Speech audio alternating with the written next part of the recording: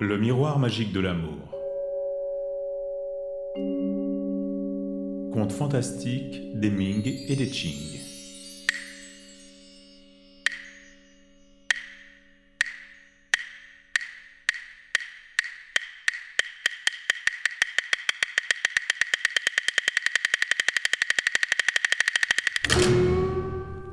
La fée du pistil.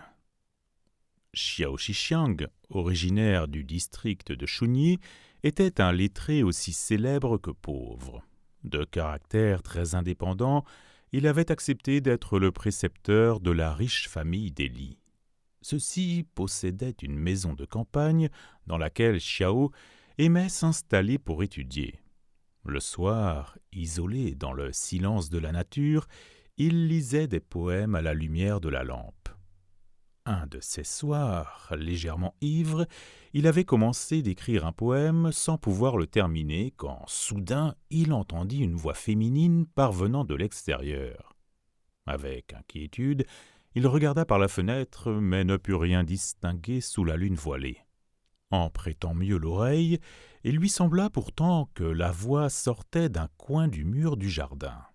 Ce phénomène étrange se répéta plusieurs fois de suite, tandis que Xiao se cachait dans les herbes folles pour en trouver l'origine.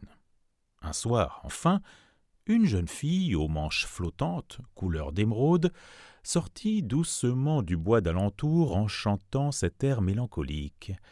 Qui se souvient du temps passé? Le croissant de lune éclaire un pauvre personnage. De son côté, Xiao répondit « Pourquoi, vêtu d'une robe plus légère que papier de soie, passez-vous les nuits à réciter des poèmes ?»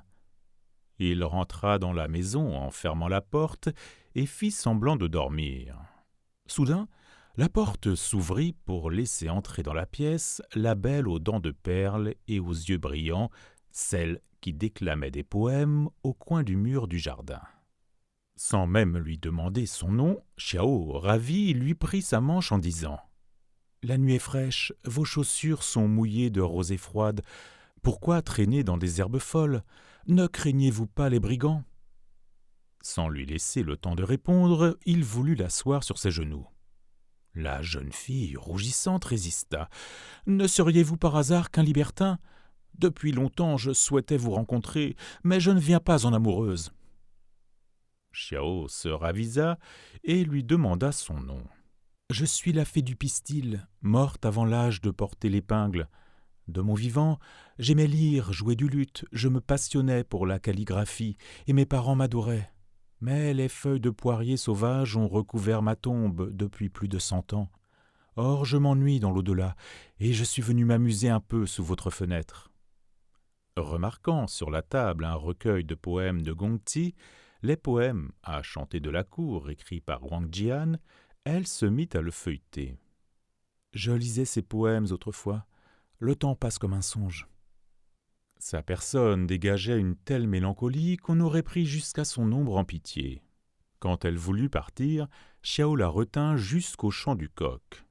Après son départ, il ne pensa plus qu'à elle. Le lendemain soir, il s'assit à sa table dans l'espoir de la revoir. Mais les mois passèrent sans plus entendre sa voix ni même son souffle. Un soir, pourtant, le lettré rentra chez lui après avoir bu.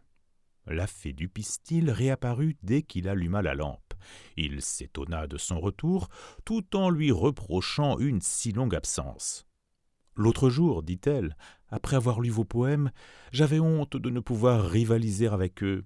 J'ai longuement travaillé pour en écrire une centaine, mais je n'ai pas surpassé Yuan Zhen ni Bai Juyi.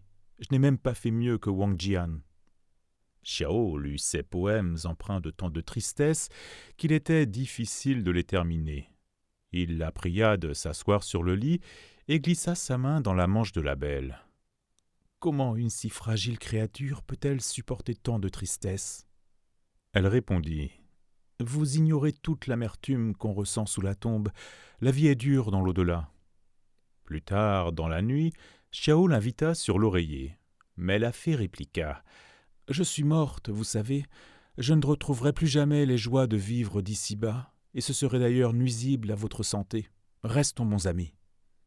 Alors ils écrivirent ensemble des poèmes, et se les chantèrent l'un à l'autre. Pendant presque un an, la fée revint au crépuscule pour repartir à l'aube. Quand elle restait allongée sur le lit, ce n'était pas pour partager des jeux d'amour vulgaires. Ils étaient plus qu'un couple amoureux. Le petit domestique, qui dormait non loin du pavillon de lecture, entendait chaque nuit des chuchotements sans trop s'étonner, pensant qu'il s'agissait d'une prostituée.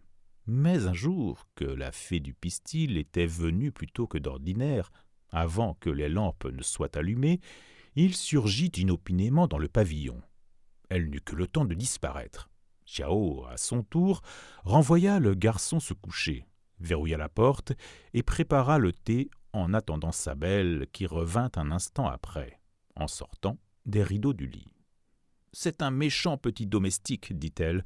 Tu dois faire très attention, sinon il m'arrivera malheur. » Xiao lui prit la main pour la consoler, mais elle resta profondément triste toute la nuit et ne partit qu'après avoir beaucoup pleuré. Elle disparut pendant plusieurs jours. Xiao pensait à elle à en mourir. Il retourna se cacher dans les herbes folles pour l'attendre au coin du mur. Des gouttes de rosée tombaient dans la nuit, on voyait des lucioles voler dans une brume blafarde. À minuit, épuisé de fatigue, il s'endormit. Quand il se réveilla, des étoiles scintillaient au ciel, une ombre légère vacillait sur le mur, son allure ressemblait à la fée du pistil. Xiao se leva pour l'appeler. Elle ne semblait pas le reconnaître. Il se précipita vers elle, qui disparut dans le mur, laissant tomber un mouchoir dans les herbes. Xiao le ramassa, il exhalait encore le parfum de la fée. Le malheureux pleurait dans le vent. « De tous mes amours, c'est celui-ci que je regretterais le plus. »